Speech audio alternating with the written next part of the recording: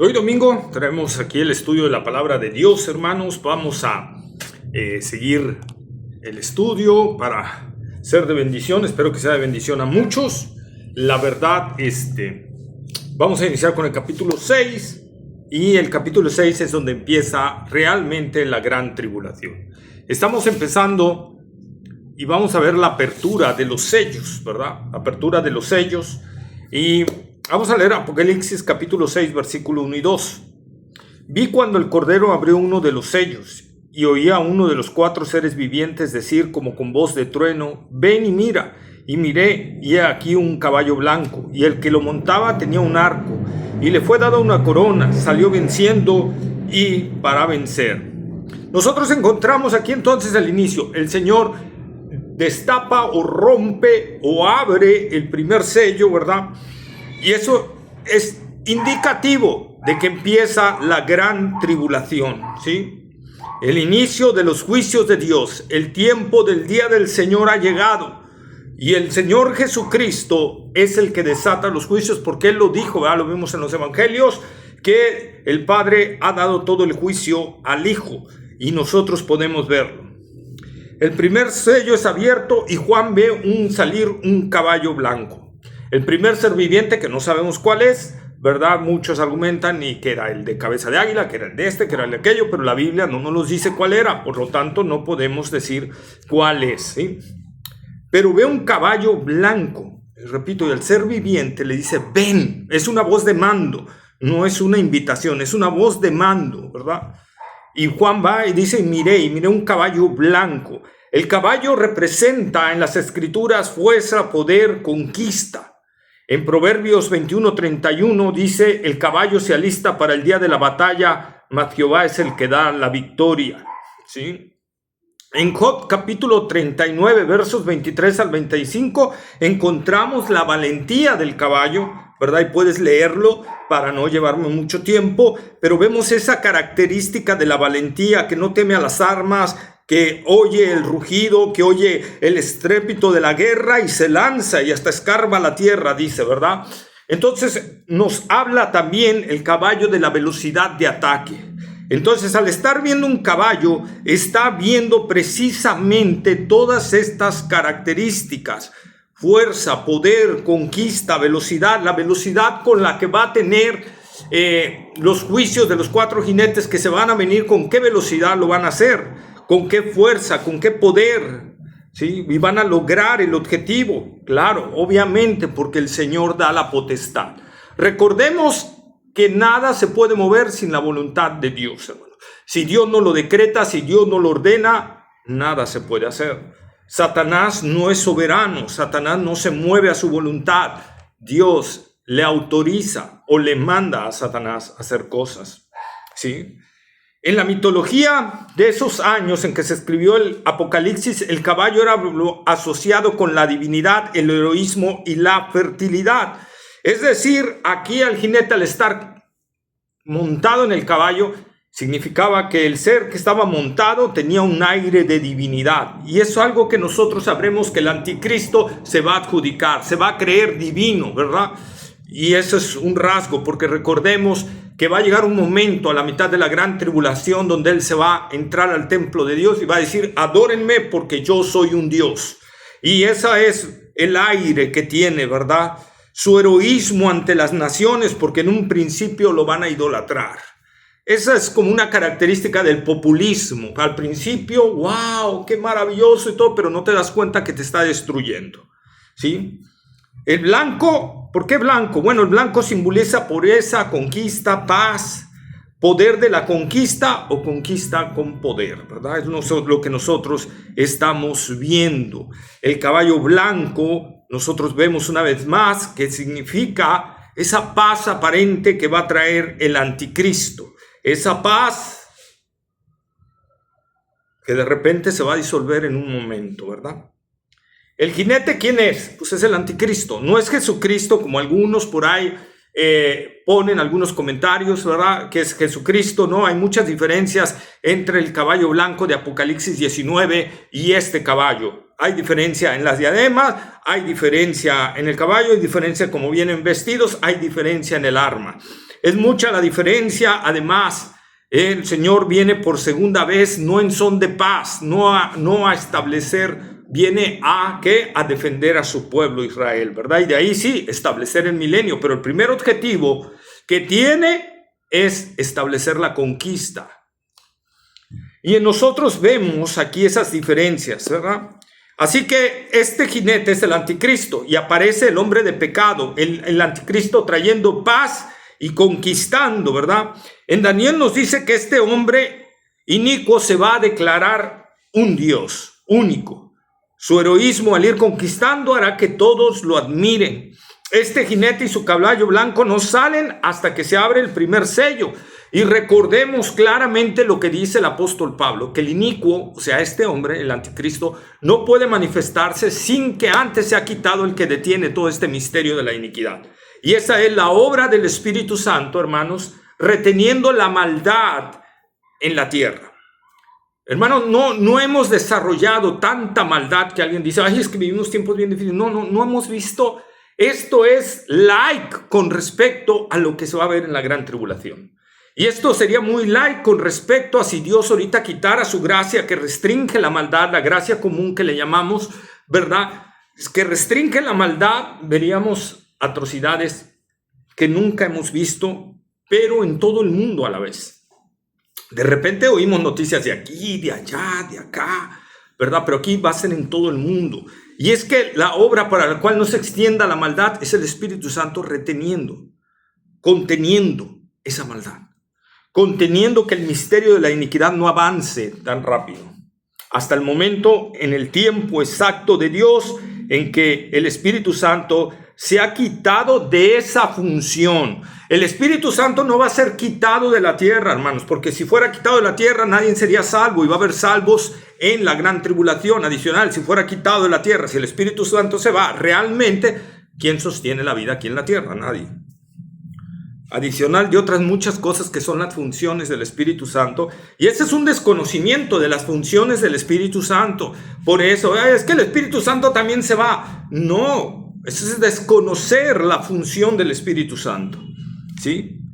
Y nosotros vemos entonces que dice la palabra de Dios que Juan ve que tenía un arco. Muy probablemente se refiere al arco de los partos, que era un arco muy temido. La caballería de arqueros que tenían los partos eran temidas por los romanos, eran temidas por el ejército romano, ¿sí? Montaban con una agilidad y disparaban flechas y eran muy exactos y además sus arcos venían reforzados, haciendo que la flecha saliera más rápido, fuera más veloz y más distancia y más de impacto, ¿sí?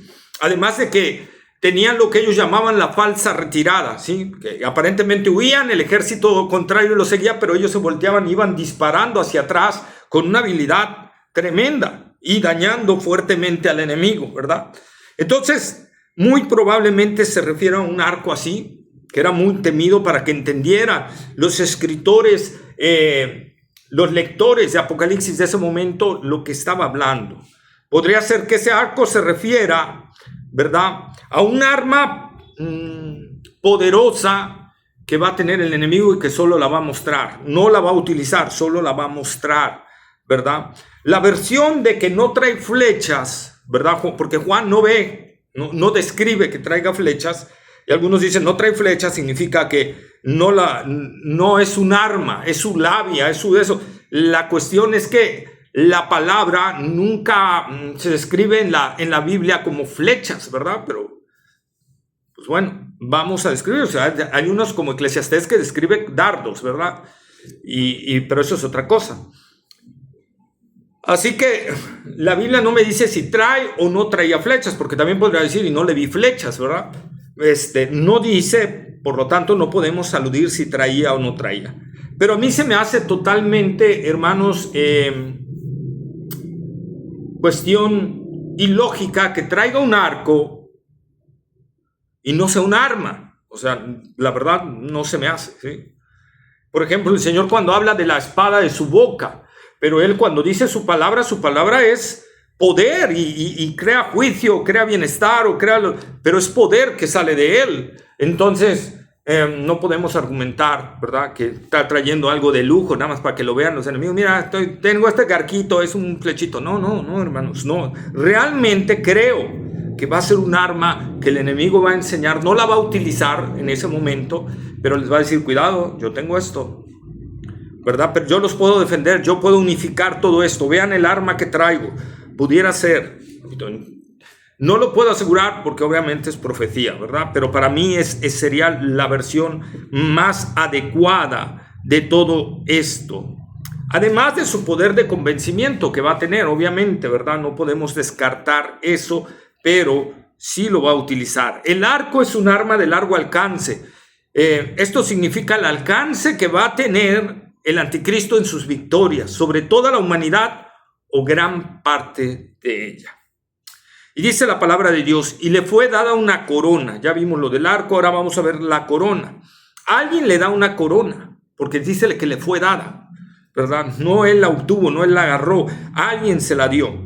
¿Quién se la dio? Bueno, aquí hay dos. En primer plano, o sea, en plano más rápido, Satanás.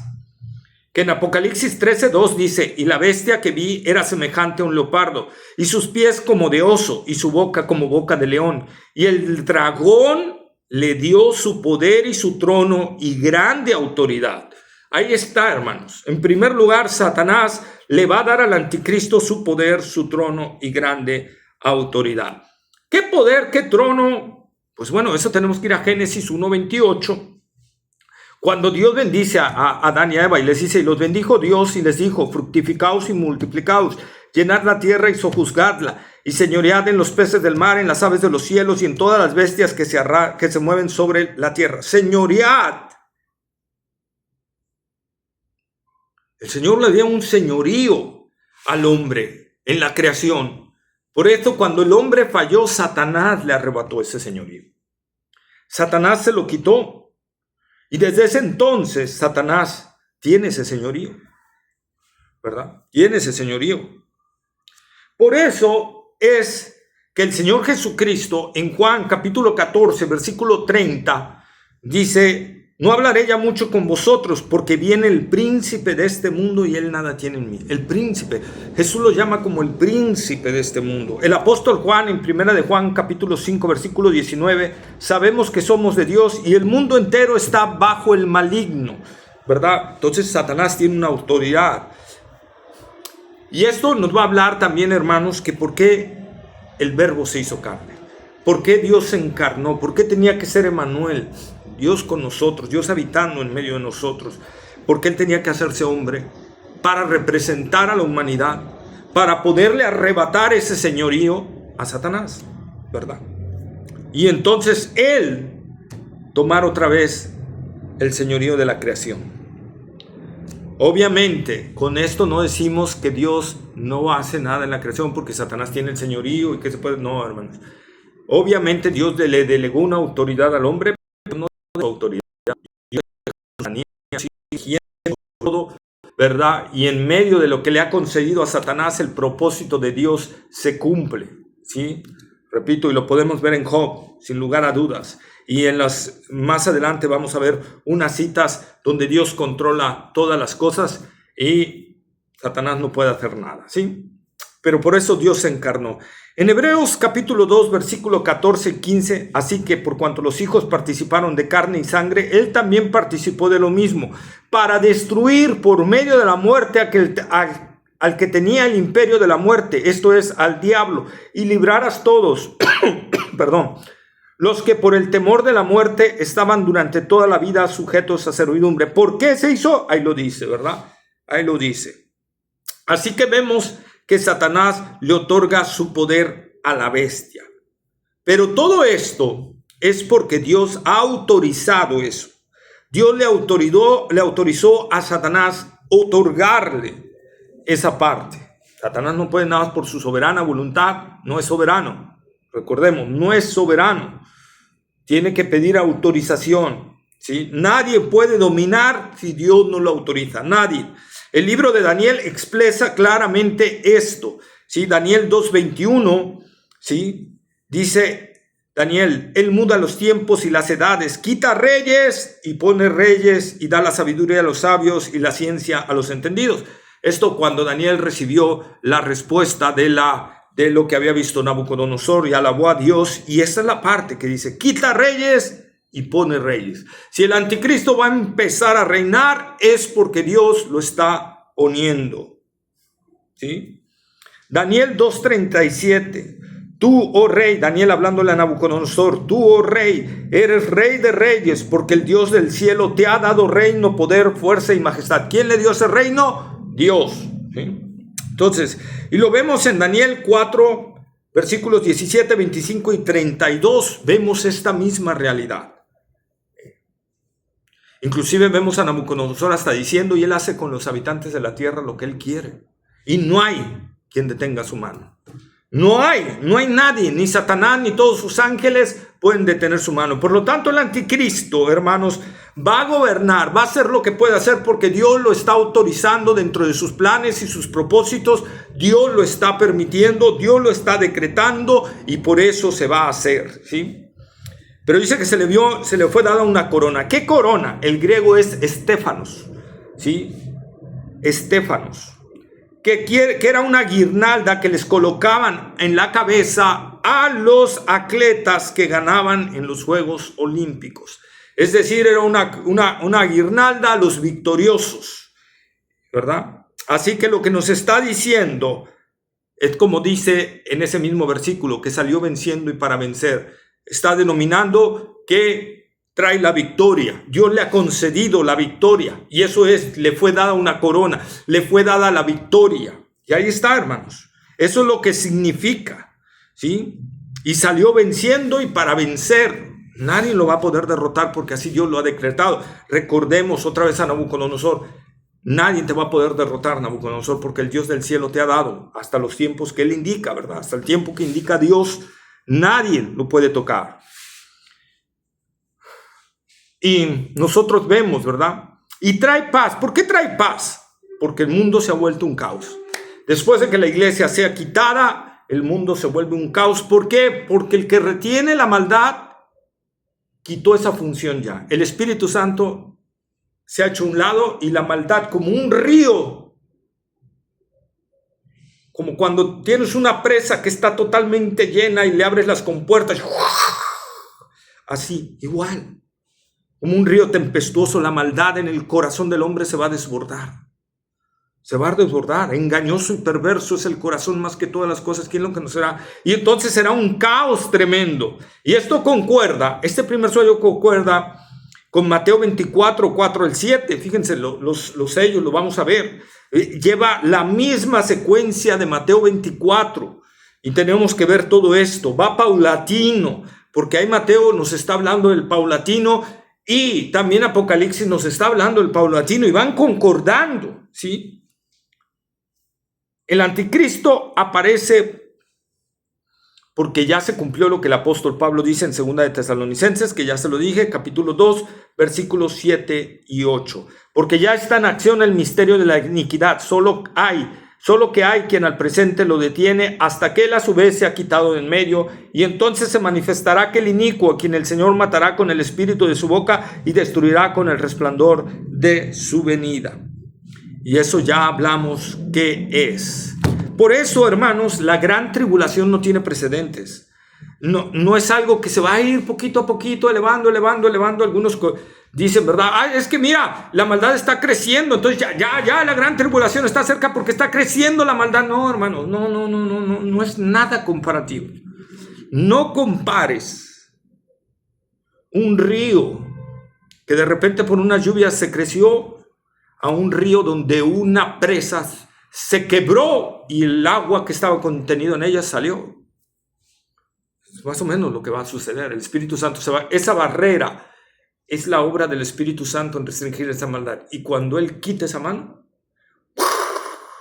¿verdad? Como dijo Jonathan Edwards en el famoso sermón, o más famoso sermón, Pecadores en manos de un Dios airado, que habla de eso. O sea, Dios con su misericordia, su mano de misericordia está conteniendo su ira, pero cuando Él la quite, entre más ira vayas acumulando, más terrible será la devastación. Y esa es la realidad. Aquí es una realidad de que ya está hasta el full y de repente es quitado y Por lo tanto, no hay comparativo, hermano. No hay algo que te pueda comparar con esto. No hay una cuestión. No hay fugas en los sellos, hermano. Es que mira, ya el sol está quemando a la gente. Ya es algo. Ya estamos cerca. Ya, porque sí. Pero en el tiempo de la gran tribulación se va a elevar esa temperatura. No, hermano. Va a ser un juicio repentino. Porque es hasta que se abre o hasta que se toca la trompeta o hasta que se derrama la copa de la ira. No antes, no se está empezando poquito a poquito a derramar. No hay temblor en el cielo que empiece a salpicar la copa de la ira. No, hermanos. No son así. Va a ser algo que no lo hemos visto. La humanidad no lo ha visto. Por eso dice que el cual no lo ha visto. El mismo Señor dijo en Marcos capítulo 13 versículo 19, porque aquellos días serán de tribulación cual nunca ha habido desde el principio de la creación que Dios creó hasta este tiempo ni la habrá. El mismo Señor está diciendo, es algo nunca antes visto. Los avances de maldad que hoy vemos es un juego de niños, pero de niños bebés casi, de bebecitos. Están jugando ahí. Eso podríamos ponerlo así. Y la maldad que se va a desatar es un juego ya de adultos. Es maldad, es algo tremendo que no hemos visto nunca antes, hermanos. Una diferencia abismal. ¿Sí? Si hoy vemos cosas terribles cuando se ha quitado eso que la gracia común, veremos lo inimaginable, ¿verdad? Y veremos, me hablo en razón de la humanidad. No de que yo no voy a estar aquí, Dios no lo permita, ¿verdad? Será algún caos, será algo tremendo, habrá muertes, habrá terrible, y este hombre vendrá con una labia muy tremenda y precisamente les decía, a lo mejor mostrando, miren el arma que tengo, no la quiero utilizar, no la voy a utilizar, yo vengo para traer paz, ¿verdad? Y todo, pero va a traer un arma como una especie de amenaza, ¿verdad? Porque muchas veces, a veces así los tratados de paz se hacen. Sí, claro. Oye, pasa el video del arma que acabamos de sacar y si lo pasan y... ¿Cómo ves? ¿Hacemos paz o no hacemos paz? Algo así, ¿no? Fíjense, en el fondo, el mundo clama por paz. Aún en esos tiempos va a clamar por paz. ¿Sí? Y entonces sucede. Dios les da lo que quiere. El anticristo se manifiesta y empieza a traer una paz aparente. Recordemos que cada sello, trompeta y copas son juicios de Dios. Ninguno no es juicio. Son juicios de Dios. El juicio que el Señor trae para que aparezca el anticristo para traer paz, ¿será juicio? O sea, ¿es juicio al mundo que un hombre venga a traer paz? Claro que sí, es un juicio.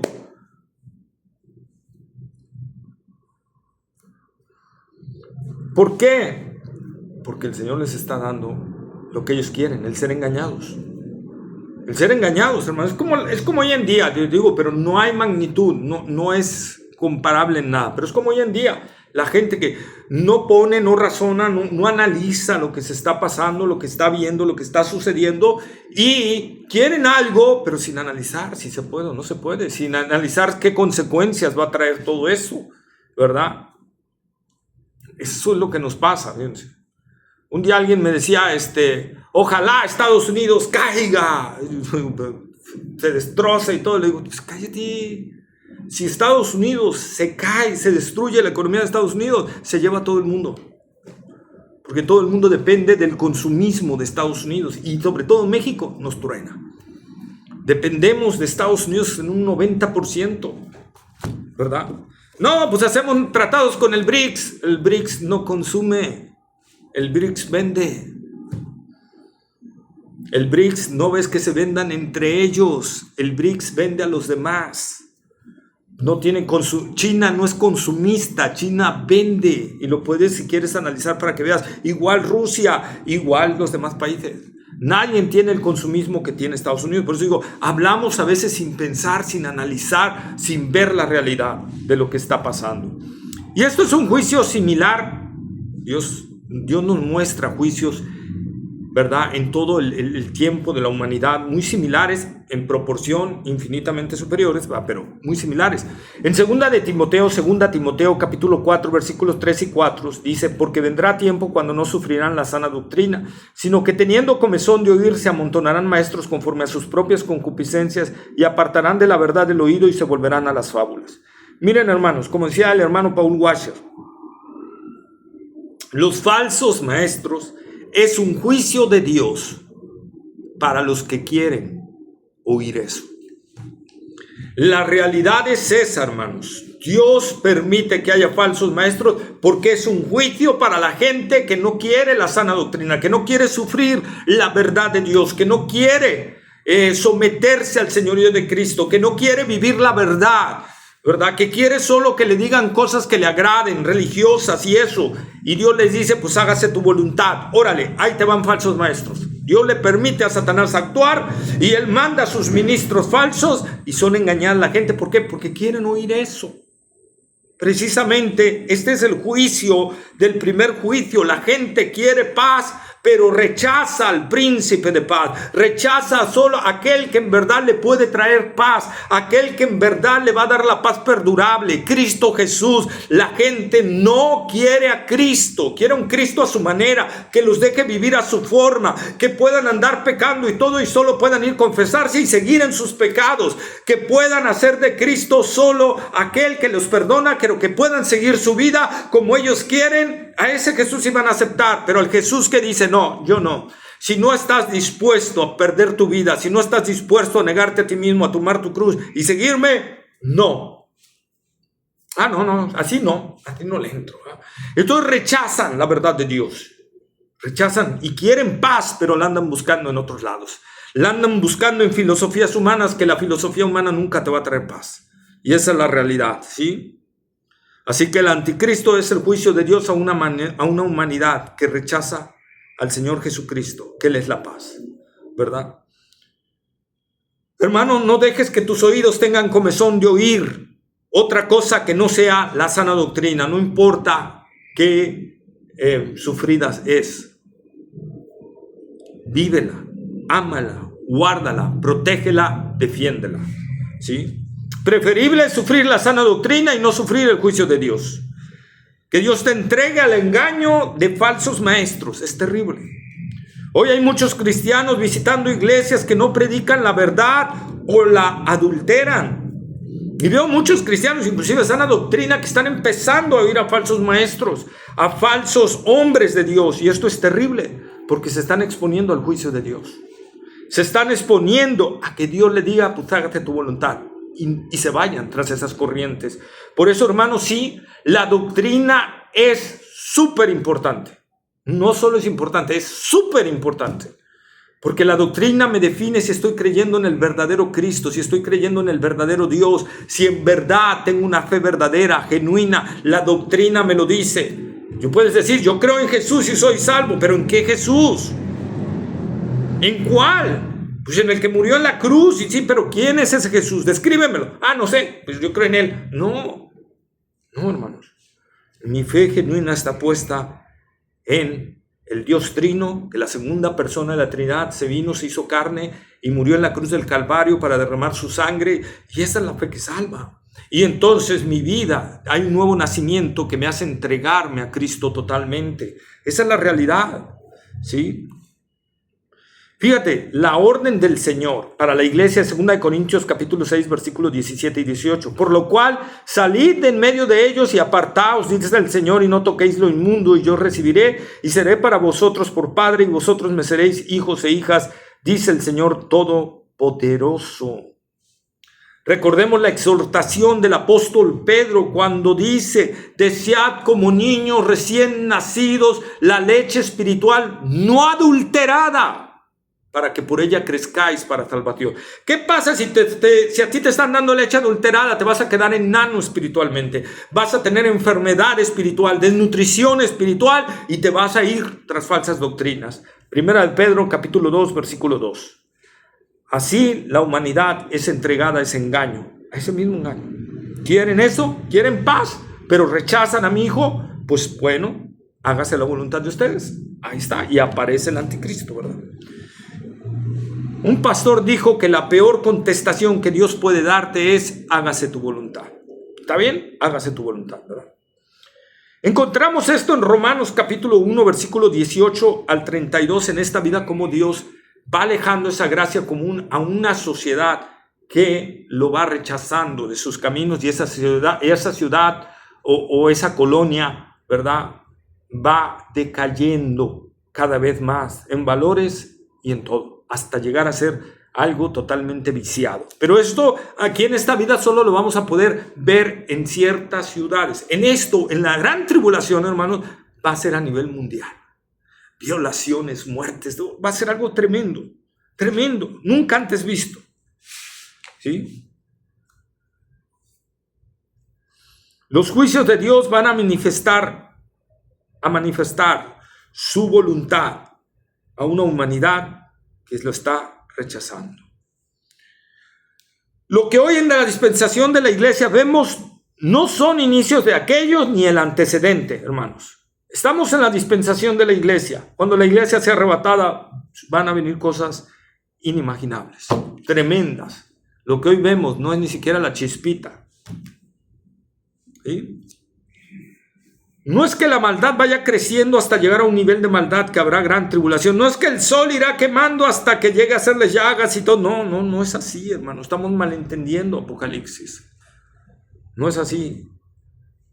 Porque la Biblia no dice eso.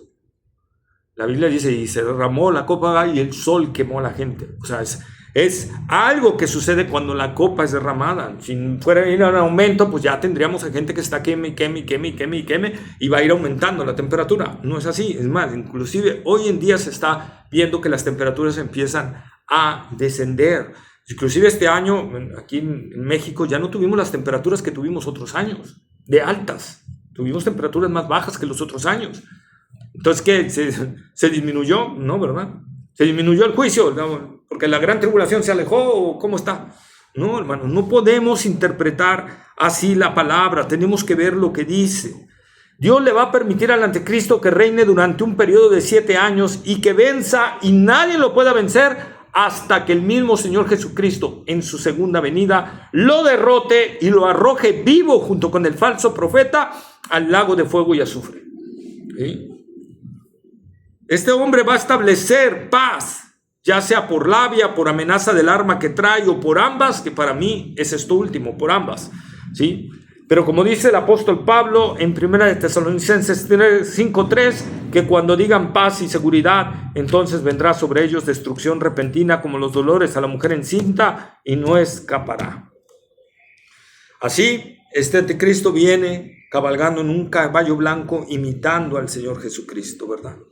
Y nosotros vemos, entonces, repito, Mateo 24, 4 y 5, lo vamos a leer. Respondiendo Jesús les dijo: mirad que nadie os engañe, porque vendrán muchos en mi nombre diciendo yo soy el Cristo, y a muchos engañarán. Esto es la gran tribulación. Esto no es para la iglesia, que obviamente tenemos advertencias en las epístolas, en Hechos, acerca de los falsos maestros, hermanos, ¿verdad? Pero esta porción, esto es de la gran tribulación. La bestia es el más grande falso anticristo de toda la historia de la humanidad. Así que, hermanos, va a ser algo. Y vamos a ir viendo 4, 5, luego el 6, luego el 7. En la medida que se van desatando los sellos, va concordando en esa misma concordancia y en ese mismo orden con Mateo 24, ¿verdad? Ahora, apliquémonos esto a nosotros. Apliquémonos esta palabra: mirad que nadie nos engañe. La humanidad va a ser engañada por el anticristo por un periodo de tiempo. Pero hoy la iglesia tenemos, repito, en las epístolas lo mismo. Y la advertencia también es para nosotros: mirad que nadie nos engañe. Porque vendrán muchos en mi nombre, muchos van a venir. Yo soy cristiano. Mira, yo creo en Cristo. Nosotros lo encontramos en las iglesias de Apocalipsis. Los nicolaitas, los de la doctrina de Balaam, creían en Cristo. Pero ¿qué decía Balaam? Puedes el del libertinaje, puedes la idolatría, los nicolaitas, nosotros somos superiores, los líderes. tenemos señorío sobre la iglesia, ¿verdad? Y todo eso. Pero creían en Cristo, pero eran falsos. Y la iglesia no se puede dejar de engañar. Que nuestra vida muestre que somos de Cristo para una firme esperanza, hermano. Que defendamos la verdad. Que no nos dejemos guiar por doctrinas diversas y extrañas, hermanos. Que afirmemos el corazón con la gracia, con la verdad de la Escritura. Estamos pasando el tiempo de la Reforma, que cumplimos varios años de que inició la Reforma con Martín Lutero clavando las 95 tesis. Disculpen, está pasando un desfile aquí por mi casa y se oye mucho ruido. Que Dios reprenda a Satanás porque es de Halloween. Pero nosotros podemos ver todo esto, hermanos, que tenemos que tener mucho cuidado. Mucho cuidado de querer, cuando estamos oyendo a gente y no analizando lo que están diciendo. Cuando no vamos a la Escritura para ver si es cierto lo que están diciendo. Como los judíos de Berea, cuando Pablo les predicó el Evangelio, ellos fueron a las Escrituras para ver si era cierto. Yo te invito, amigo mío, a que si tú estás en una religión falsa, vayas a las Escrituras y empieces a meditarlas por ti mismo. Y a ti, amado hermano en Cristo, lo mismo. Ten mucho cuidado. Ve a la Escritura por ti mismo, estudia, métete a la Escritura para que veas si te están hablando la verdad. ¿Sí? No juguemos a ser cristianos, porque Dios no juega a ser Dios. Meditemos en esto, hermanos, y mucho cuidado, porque el engaño está tremendo. Y en el tiempo de la gran tribulación, para los que se queden, será peor. Medítalo. Dios te bendiga.